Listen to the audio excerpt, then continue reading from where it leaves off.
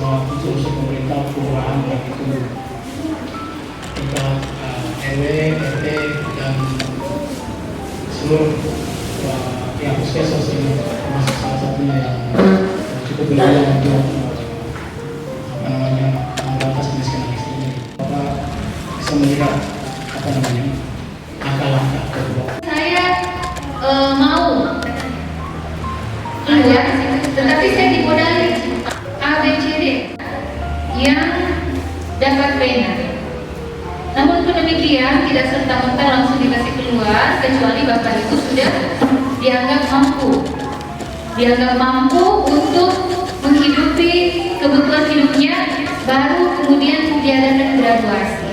Itu pun graduasinya Bapak Ibu silahkan ajukan. Seperti tadi yang saya bilang, kalau misalnya kita sudah merasa bisa dan kita tetap terus mau dapat bansos, maka bilangnya Allah pemula azabku yang amat pedih, karena tadi kita tidak mensyukuri nikmat Allah. Kemudian ada pemberdayaan ekonomi masyarakat miskin ekstrim itu tadi. Kemudian instrumen kebijakan, penetapan wilayah prioritas penghapusan kemiskinan ekstrim tahun 2022, 2023, dan 2024. Nah, kemarin tahun 2023 itu seluruh lurah, camat, termasuk kami dinas sosial dikumpul di awal 1. Data miskin yang dikasih itu awalnya 24.000 Bapak Ibu, miskin ekstrim.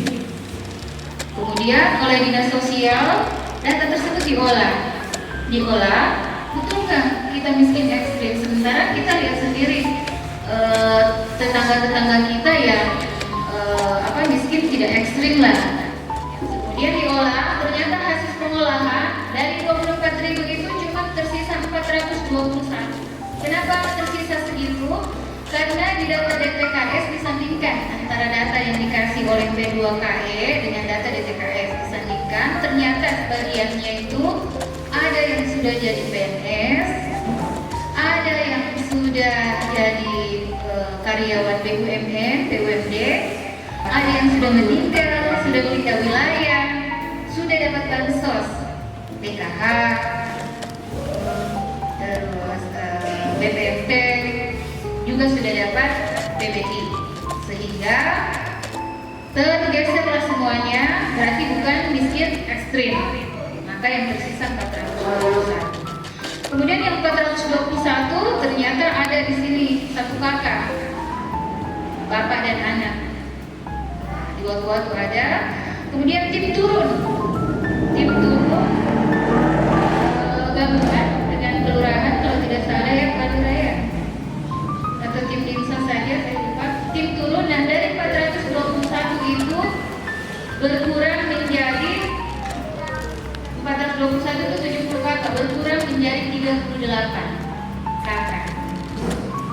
Melakukan pemberian bantuan dan sebagainya. Mereka juga tetap berkoordinasi dengan kami dinas sosial, karena kami punya data terpadu kesejahteraan sosial, di mana di Permensos 150 itu memang ada bahasanya bahwa data terpadu kesejahteraan sosial itu adalah data seluruh data pemerlu pelayanan kesejahteraan sosial. Sehingga Bapak Ibu juga yang merasa berhak untuk urus KIP, Kartu Indonesia Pintar, silakan dulu. Jadi dia urus surat keterangan tidak mampu dari kelurahan, kemudian datanya yang ada di Indonesia Pintar, jadi otomatis dia agak bisa diperoleh sedikit lah, meskipun tidak seperti hidup mewah dan sebagainya, karena di P2K2 diajarkan tentang bagaimana memanage keuangan keluarga, ya Bapak Ibu ya. Jadi yang paling penting kalau mau hidup sehat, katanya kurangi gula dan garam, minum air yang cukup. Jadi minum air yang cukup itu juga merupakan salah satu pola hidup sehat. Kemudian berolahraga, bertebaran dan lain sebagainya. Kemudian tidur teratur, hindari penggunaan perangkat atau kafein sebelum tidur, perangkat elektronik, dan konsumsi kafein sebelum jadwal tidur yang teratur, lingkungan tidur nyaman, pastikan kamar tidur Anda gelap, sejuk, dan tenang. Karena kamar tidur yang nyaman, gelap, itu disenangkan karena ternyata ketika kita tidur sambil mematikan lampu itu zat tubuh kita menghasilkan zat-zat positif lebih bagus dibandingkan ketika terang. Kemudian kesehatan mental sama pentingnya dengan kesehatan fisik. Kesehatan mental melibatkan manajemen stres dan menjaga keseimbangan emosi. Bantuan di masyarakat itu tingkat kemiskinan itu memang ada miskin ekstrim di Kelurahan Batu-Batu, tapi miskin ada. Kalau saya mungkin dengan ibu yang sampaikan tadi bahwa ingin keluar dari kemiskinan, mungkin kalau dikasih bantuan dilihat dari jenis bantuannya. Saya ingin keluar dari kemiskinan. Kebetulan mungkin dilihat dari di sini potensi usahanya yang bisa dibuat. Ya, kemudian kebetulan saya kan tinggal di puncak gunung. Kalau saya di situ ingin keluar dari kemiskinan, saya mau dibantu supaya saya keluar dari kemiskinan. Karena di sini mungkin saya mewakili juga ibu-ibu, kita di sini suami mungkin rata-rata pekerja lepas. Kalau ada pekerjaan ada uang, kalau tidak ada pekerjaan tidak ada uang. Jadi uang yang kita dapatkan itu kita tabung. Jadi begitu tidak ada uang kita pakai lagi. Begitu, jadi bagaimana caranya kita bisa meningkat? Sebenarnya saya sepakat dengan tadi supaya kita bisa ada usaha. Apalagi yang masih muda-muda ini toh. Nah, jadi begitu saja mungkin. Assalamualaikum warahmatullahi wabarakatuh.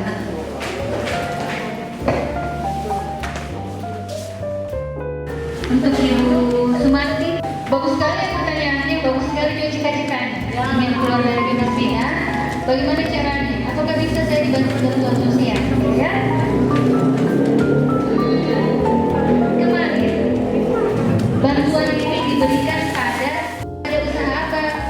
Saya sebenarnya usaha sewa peralatan camping lengkap. Sewa apa Bu? Peralatan camping, sewa peralatan camping. Sewa peralatan camping. Saya juga buat resipi sama nanti berbicara sama doa. Bapak tuh perkenalkan usaha.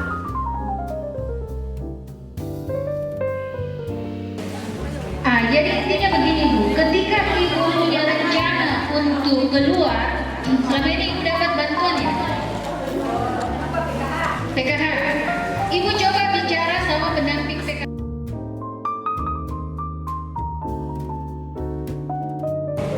Jadi bicara, bilang, Pak, saya sebenarnya ini mau keluar. Kalau saya bisa dikasih modal usaha, untuk bisa saya mandiri, saya mau graduasi mandiri. Tapi dengan syarat, saya punya juga usaha modal tambahan. Karena kemarin itu yang di pena itu seperti itu prosesnya Bu. Jadi mereka punya usaha, kemudian foto-foto, dikirim ke Kementerian Sosial, turun Kementerian Sosial masing-masing kalau tidak salah 5 juta kemarin itu. Jadi diskusikan bersama pendamping PKH. Nanti setelah dari sini saya juga nanti akan diskusi sama Korkot bagaimana caranya supaya yang mau keluar ini dia sudah punya usaha, tetapi dia ragu kalau misalnya saya keluar, saya tidak mendapat bantuan ini, bagaimana hidup saya ini? Nah, tapi pada dasarnya sudah punya bantuan, sudah punya usaha, ya Bu ya. Nanti selepas dari sini insya Allah. Tapi kalau ini mau cepat, pendamping PKH ini siapa? Karena ini kan ada pertemuan setiap bulan. Yes. Pendamping PKH waktu-waktu siapa? Ibu Novi. Nanti dekati Ibu Novi, bagaimana caranya supaya bisa didiskusikan? Karena Kementerian Sosial mau bantu seperti itu. Yang penting ada niat. Apalagi kalau misalnya berkelompok, misalnya 10 orang begitu. Karena kalau misalnya cuma satu kan agak susah. Tetapi kalau berkelompok itu malah lebih bagus. Nanti kita bikinkan proposalnya ke Kementerian Sosial. Pendamping PKH-nya tahu sekali tuh Bu, jadi curhat saja sama pendamping PKH-nya. Karena itulah gunanya Bu, kenapa ada program P2K2 setiap bulan yang diupayakan seharusnya semua peserta hadir. Kan ya Bu ya? Ya gitu. Nanti kalau pertemuan bulanannya sekalian, jangan sampai dalam satu kelompoknya itu, kan satu kelompok itu tidak banyak. Siapa tahu bukan cuma ibu saja. Karena yang kemarin dulu, yang tahun lalu itu yang pena ada 20 itu berkelompok itu. Ya Bu ya. Nanti pas pertemuan bulanannya dibicarakan, kalau perlu sesama kelompoknya itu dicari. Bilang saya mau keluar, tapi itu harus saya ada modal tambahan dulu supaya saya bisa mandiri. Ada demikian. Ada lagi Bapak Ibu? Ini temanku, sama ibu mereka itu ini cuma temannya nggak ada. Kita punya teman, anaknya kan dapat PIP tahun lalu, tapi tahun ini dia tidak dapat. Ditanya ke pihak sekolah, katanya tidak terdaftar, tapi yang pernah dapat, sudah dapat tahun lalu, kenapa lagi ini tidak dapat? Gitu. Yang pertama, ke Dinas tanyakan kenapa. Karena kalau urus PIP itu dasar awalnya harus masuk DTKS dulu. Jadi ketika itu tidak dapat sekarang, segera menghadap ke Dinas Pendidikan. Ada apa? Kenapa saya tidak dapat? Jangan sampai karena data ibu tidak padan.